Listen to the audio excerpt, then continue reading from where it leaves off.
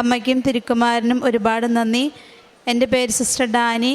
ഞാൻ holy family കോൺഗ്രിഗേഷനാണ്. കടലുണ്ടിയിൽ നിന്ന് വരുന്നു. ഞാൻ സ്കൂളിൽ വർക്ക് ചെയ്യുകയാണ്. ഞാൻ ഇവിടെ വരാനുണ്ടായ പ്രധാനപ്പെട്ട കാരണം, ഇപ്പോൾ സ്കൂളിൽ വർക്ക് ചെയ്യുമ്പോൾ കേട്ടിട്ട് പരീക്ഷ എഴുതണമെന്ന് നിർബന്ധമാണ്. അപ്പം ഞാൻ 13 പ്രാവശ്യം എഴുതി. പക്ഷേ എനിക്ക് പാസ്സാവാനുള്ള മാർക്ക് കിട്ടിയില്ല. 87, 88 ആ ഇതിലാണ് എനിക്ക് മാർക്ക് കിട്ടിക്കൊണ്ടിരുന്നത്. 90 മാർക്ക് വേണം പാസ്സാവാൻ.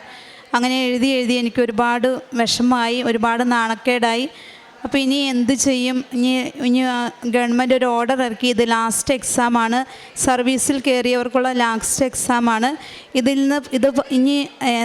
അതിൽ പാസ്സാവാത്തവരൊക്കെ സർവീസിൽ നിന്ന് പുറത്ത് പോകേണ്ടി വരും എന്നുള്ളൊരു വാർത്തയൊക്കെ കേൾക്കാൻ തുടങ്ങി. അപ്പോൾ എനിക്ക് ആകെ ഒരു വിഷമമായി.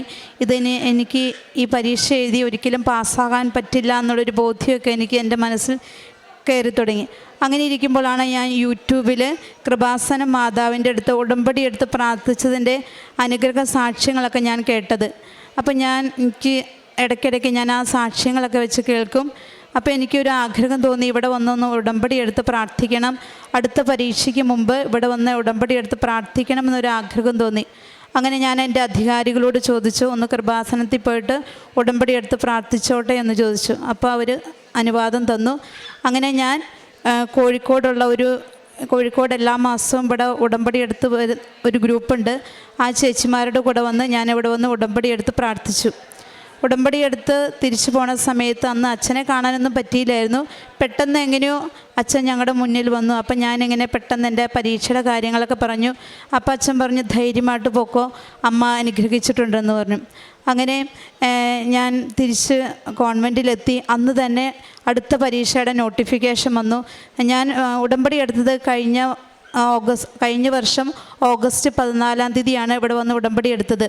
ആ ഉടമ്പടി എടുത്ത് കോൺവെൻറ്റിൽ ചെന്നു. അന്ന് തന്നെ അടുത്ത പരീക്ഷയുടെ നോട്ടിഫിക്കേഷൻ വന്നു.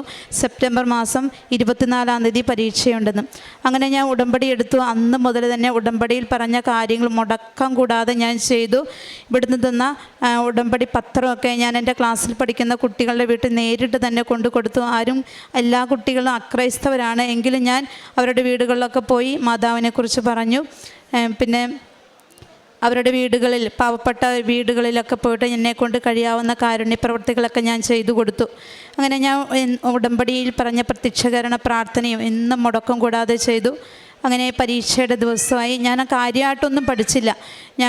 എൻ്റെ പ്രാർത്ഥന മുഴുവൻ കൃപാസനം മാതാവിൻ്റെ അടുത്ത് ഉടമ്പടി എടുത്ത പ്രാർത്ഥനകൾ മാത്രമായിരുന്നു. അങ്ങനെ മറ്റു പരീക്ഷകൾക്ക് ഒരുങ്ങുന്നത് പോലെയൊന്നും ഞാൻ ഈ പരീക്ഷയ്ക്ക് ഒരുങ്ങിയില്ല. പരീക്ഷയ്ക്ക് ഞാൻ പോയത് ഉടമ്പടി മെഡലും ഉപ്പും കൈപ്പിടിച്ചുകൊണ്ടാണ് ഞാൻ പോയത്. പരീക്ഷ ഞാൻ എഴുതി. ഉടമ്പടി മെഡൽ ഉപയോഗിച്ചുകൊണ്ടാണ് ഞാൻ പരീക്ഷ ചെയ്തത്. വളരെ ബുദ്ധിമുട്ടായ ഒരു ക്വസ്റ്റ്യൻ പേപ്പറായിരുന്നു.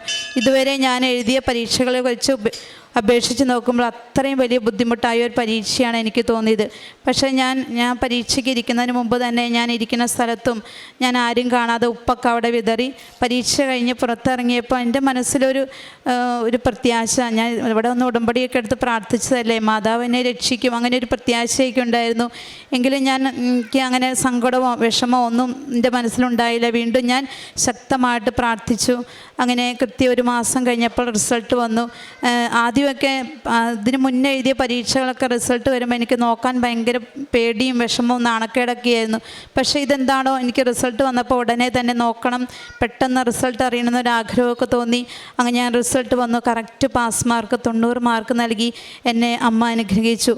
ഞാൻ ഇവിടെ വന്ന് ഉടമ്പടി എടുത്ത അന്ന് ഞാൻ അമ്മയോട് പറഞ്ഞിട്ടുണ്ടായിരുന്നു, അമ്മയെ ഞാൻ ഈ പരീക്ഷ പാസ്സായാൽ എന്തായാലും ഞാൻ ഇവിടെ വന്ന് സാക്ഷ്യം പറഞ്ഞോളാം. അന്ന് ഒരു നേർച്ചയൊക്കെ നേർന്നിട്ടുണ്ടായിരുന്നു. അമ്മ തന്ന അനുഗ്രഹത്തിന് നന്ദി പറയുവാനാണ് ഞാൻ ഇന്ന് ഇവിടെ ഈ സാക്ഷ്യം പറയാൻ വന്നത്. അമ്മ തന്ന ഒരുപാട് അനുഗ്രഹങ്ങൾക്ക് കോടാനുകോടി നന്ദി ഞാൻ അർപ്പിക്കുന്നു.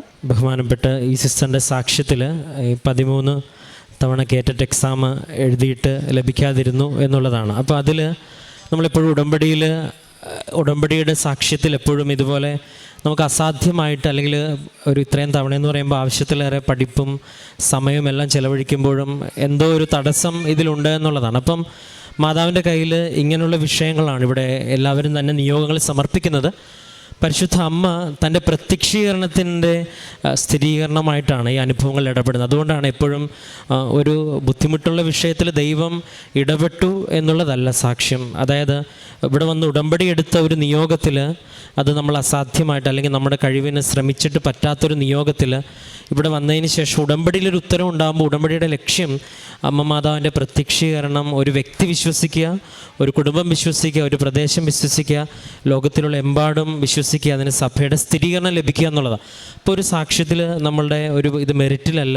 ഇപ്പോൾ ബഹുമാനപ്പെട്ട സിസ്റ്റർ അത് വ്യക്തമായിട്ട് പറയുന്നുണ്ട്. കൂടുതൽ പ്രാർത്ഥിക്കുവാനായിട്ടുള്ള പരിശ്രമം ഉണ്ടായിരുന്നു, അല്ലെങ്കിൽ ഉടമ്പടിയുടെ നിബന്ധനകളൊക്കെ കൃത്യമായിട്ട് പാലിക്കുവാനായിട്ട് ശ്രമിച്ചിരുന്നു എന്നുള്ളത്. ഇവിടെ ഒരുപാട് സമർപ്പിതരും പുരോഹിതരും ഉടമ്പടി എടുക്കുന്നതും സാക്ഷ്യം പറയുന്നതും നമ്മൾ കാണുന്നതാണ്. അതിനകത്തും പ്രാർത്ഥനയിൽ ഓൾറെഡി എല്ലാം ബേസിക് പ്രാർത്ഥനകളെല്ലാം ചെയ്യുന്നവരാണെങ്കിലും ഉടമ്പടിയിലേക്ക് ഒരു വ്യക്തി, അതാരാണെങ്കിലും, ഒരു പുരോഹിതരാണെങ്കിലും സമർപ്പിതരാണെങ്കിലും അൽമായരാണെങ്കിലും അത് ഏത് മതത്തിലുള്ള വിശ്വാസികളാണെങ്കിലും ഇതിൻ്റെ വ്യക്തമായ ലക്ഷ്യം പരിശുദ്ധ അമ്മയുടെ ഈ ആലയത്തിലെ പ്രത്യക്ഷീകരണമാണ്.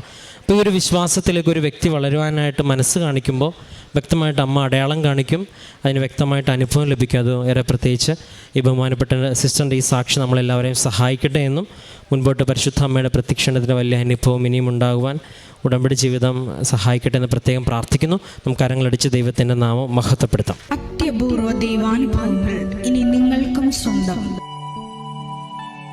ഈ യൂട്യൂബ് ചാനൽ ഇതുവരെ സബ്സ്ക്രൈബ് ചെയ്തിട്ടില്ലെങ്കിൽ ഇപ്പോൾ തന്നെ സബ്സ്ക്രൈബ് ചെയ്യുക. ഈ വീഡിയോ ഇപ്പോൾ തന്നെ നിങ്ങളുടെ സുഹൃത്തുക്കൾക്ക് ഷെയർ ചെയ്തുകൊണ്ട് കർത്താവിൻ്റെ പ്രേക്ഷിതരാകുക.